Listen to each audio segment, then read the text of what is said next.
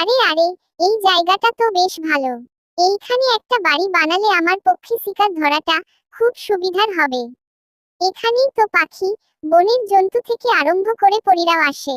দারুণ হবে, যাকে যেদিনকে ধরা যায়। হি হি। বরং একটা কেকের বাড়ি বানাই।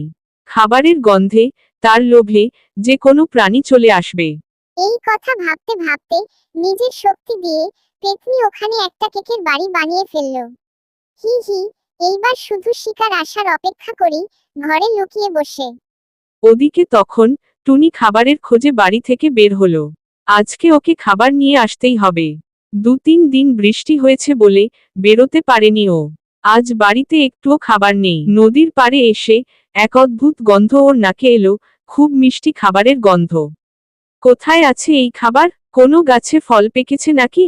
এই ভাবতে ভাবতে টুনি আর একটু এগোতেই এক